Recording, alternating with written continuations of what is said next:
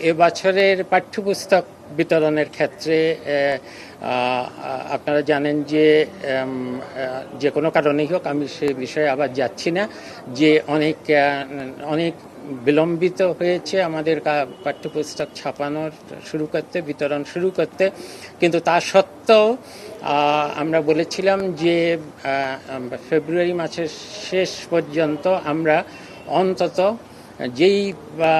যেই বিষয়গুলো বার্ষিক পরীক্ষা হবে, অনেকগুলো বিষয় আসে, ঐচ্ছিক বিষয়, অনেক খেলাধুলার বিষয়, গান বাজনার বিষয়, যেগুলোতে বার্ষিক পরীক্ষা হয় না সেগুলো, এছাড়া যেগুলোতে বার্ষিক পরীক্ষা হবে সেই বইগুলো কিন্তু চলে যাবে ফেব্রুয়ারি মাসের শেষের দিকে আমরা আশা করছি।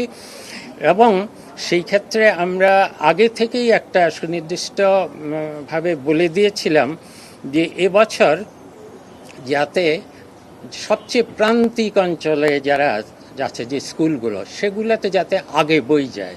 অন্যান্য বছর দেখা গেছে যে বড় বড় শহরের, ঢাকা শহরের নামকরা স্কুলগুলোতে আগে বই যেত, কিন্তু এবার আমাদের এটা পরিকল্পনাই ছিল যে সবচেয়ে প্রত্যন্ত অঞ্চলে দূর দূরান্তের স্কুলগুলোতে যাতে বইগুলো যায়। এবং আমি খুব খুশি হয়েছিলাম দেখে যে 1 জানুয়ারিতে আমি যেই ছবিটি পেয়েছিলাম সেটা হলো একটা চরাঞ্চলে, যমুনার চরাঞ্চলের একটা জীর্ণ স্কুল ঘরে কতগুলো ছোট বাচ্চা অনেকগুলো বই নিয়ে উৎসব করছে। আমার কাছে অত্যন্ত ভালো লেগেছে সেটা, কারণ শহরগুলোতে তো আমরা যে PDF ফাইল দিয়ে দিয়েছিলাম সেটা তো ডাউনলোড করার সুযোগ থাকে, কিন্তু গ্রামাঞ্চলে তো সেই সুযোগ ছিল না।